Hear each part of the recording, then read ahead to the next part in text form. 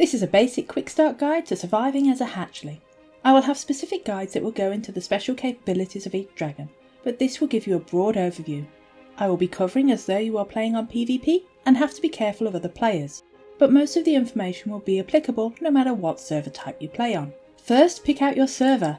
I will go into a full server guide in a future video, as there is a lot of options depending on what you're looking for.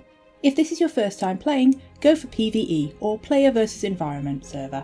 This is your best bet as it is much less competitive and brutal. If you want a challenge, then start on solo PvP server. I would highly recommend that whichever server you pick one close to home with a low ping. Select your species, gender and any skin choice you might have, then enter the game. And take a moment to look around your surroundings. Listening for activity can be good practice, as in general you want to stay away from other dragons, unless you're on PvE. If it's too busy, you might as well hatch and see if you get adopted or get sent back to the spawn menu in a brutal way.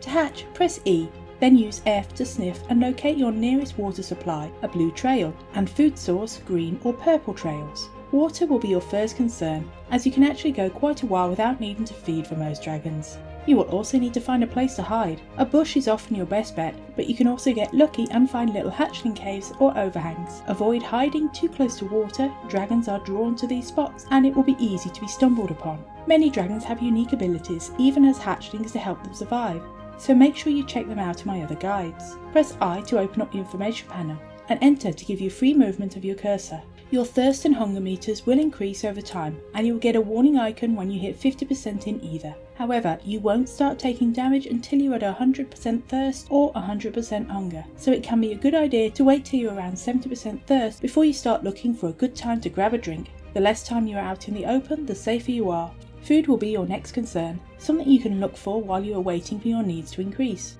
Red mushrooms are great for hatchlings, as they're filling. It takes time for them to respawn, but it's best not to eat one until you're at least 30% hunger or more to get the most out of them. They do have a very mild poison which can mostly be ignored as long as you're careful how you eat them. The poison doesn't increase with each mushroom you eat, but it does replenish the poison timer, so either eat a lot in one go or wait till the poison has worn off before you eat another.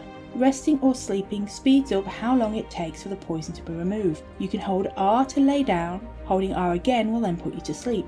Alternatively, Control R will let you sleep right away. Tapping R will let you stand back up. Sleeping will also let you log out safely. You will just need to wait a minute while you're sleeping. If you try and log out before this timer runs out, you will end up being left in the game for 5 minutes, which normally wouldn't be an issue on PvE unless you're really hungry or thirsty, but on PvP it could put you in serious danger. Bulbous spined scrabs can be another good source of food. However, they won't go down without a fight.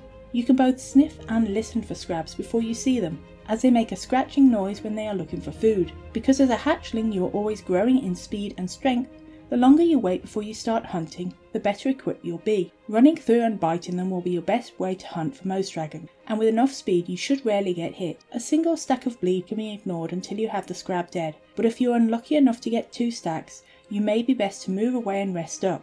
On PvP, other hatchlings are also a possible meal, but the same goes for you. Pick a target carefully and be ready to face the consequences. However, there are bonuses to teaming up with other hatchlings, helping you survive bigger solitary hatchlings by a considerable amount, while also being a decoy target if you're found by an adult. Remember, you don't need to be faster than the hunter, you just need to be faster than your friend. Once you have the basics of food and watering down, it will simply be a case of waiting till you grow. You can take the risk of looking around and exploring as you get bigger, maybe finding a better place to set up, but don't venture too far away from a good spot if you're not sure there's a better option.